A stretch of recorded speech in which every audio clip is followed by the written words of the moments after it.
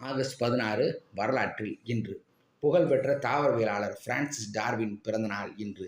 1856இல் இலங்கையின் ரயில்வே சட்டம் சட்டவாக்கப் பேரவையில் நிறைவேற்றப்பட்டது.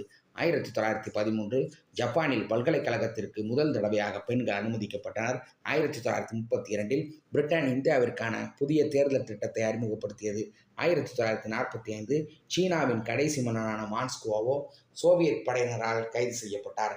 1960 அமெரிக்காவைச் சேர்ந்த ஜோசப் கிட்டிஞ்சர் 1,02,800 அடி உயரத்திலிருந்து பாராசூட்டில் இருந்து குதித்து சாதனை படைத்தார்.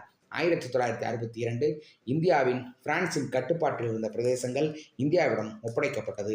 1991 இந்தியன் ஏர்லைன்ஸ் 257 போயிங் 737 விமானம் இம்பாலா விமான நிலையம் அருகே விபத்தில் சிக்கியது. இதில் 69 பயணிகள் உயிரிழந்தனர். 2003 உகாண்டாவின் முன்னாள் சர்வாதிகாரி இடி அமீன் சவுதி அரேபியா